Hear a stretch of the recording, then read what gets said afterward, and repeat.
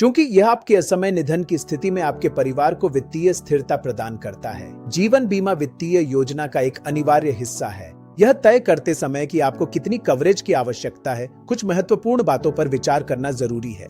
भारतीय संदर्भ में एक सामान्य रूप से स्वीकार्य नियम यह है कि कवरेज राशि आपकी वार्षिक आय का लगभग 10 गुना होनी चाहिए। चूंकि जीवन बीमा पॉलिसी मृत्यु लाभ का भुगतान करती है, इसे आपके परिवार के लिए कर्ज, गृह ऋण की किश्तें और जीवन यापन के खर्च जैसे दायित्वों को चुकाने के लिए इस्तेमाल किया जा सकता है। हालांकि यह कोई सर्वमान्य नियम नहीं है और आपको अपनी परिस्थितियों पर विचार करना चाहिए। विचार करने योग्य कुछ अन्य कारक निम्नलिखित हैं। आश्रितों की संख्या। यदि आपका परिवार बड़ा है या आप पर कई आश्रित हैं, तो आपकी मृत्यु की स्थिति में उनकी देखभाल के लिए आपको अधिक बीमा कवरेज की आवश्यकता हो सकती है।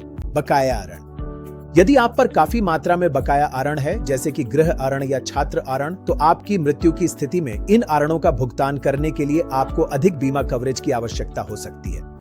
भविष्य के खर्चे। यदि आपके बच्चे कॉलेज जाने की योजना बना रहे हैं या भविष्य में कोई अन्य खर्चे हैं, जैसे कि शादी, तो इन खर्चों को पूरा करने के लिए आपको अधिक बीमा कवरेज की आवश्यकता हो सकती है। आय की भरपाई। बीमा कवरेज इतनी होनी चाहिए कि वह एक निश्चित अवधि तक आपकी आय की भरपाई कर सके, ताकि आपका परिवार अपनी जीवन शैली बनाए रख सके। अतिरिक्त कवरेज। यदि आपके पास अन्य बीमा पॉलिसियां हैं, जैसे कि स्वास्थ्य बीमा, टर्म इंश्योरेंस और अन्य निवेश, तो आपको कम बीमा कवरेज की आवश्यकता हो सकती है, क्योंकि ये आपके परिवार को अतिरिक्त वित्तीय सहायता प्रदान करेंगे। कारक विवरण वेटेज। वार्षिक आय 40%, निर्भर लोगों की संख्या 20%, बकाया ऋण 20%, भविष्य के खर्चे 10%, आय की भरपाई 10%। कृपया ध्यान दें कि यह केवल एक सामान्य तालिका है और प्रत्येक कारक का वेटेज आपकी विशेष परिस्थितियों के अनुसार बदल सकता है। इसलिए आपके लिए उपयुक्त बीमा कवरेज की सही राशि निर्धारित करने के लिए हमेशा किसी वित्तीय सलाहकार से सलाह लेना सबसे अच्छा होता है। वे आपकी स्थिति से जुड़े सभी कारकों पर विचार करने में आपकी मदद कर सकते हैं और उचित कवरेज की सिफारिश कर सकते हैं। ये याद रखना भी महत्वपूर्ण है कि यह तालिका अधूरी है और आपको अपनी स्थिति के अनुसार अतिरिक्त कारकों पर भी विचार करने की आवश्यकता हो सकती है।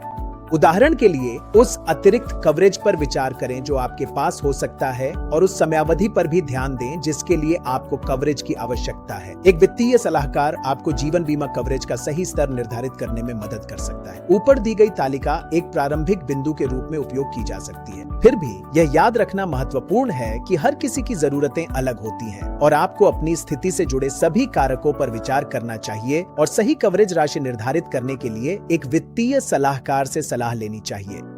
यदि आप उपयुक्त कवरेज की व्यवस्था करते हैं, तो आप निश्चिंत रह सकते हैं कि आपकी मृत्यु के बाद आपका परिवार आर्थिक रूप से सुरक्षित रहेगा।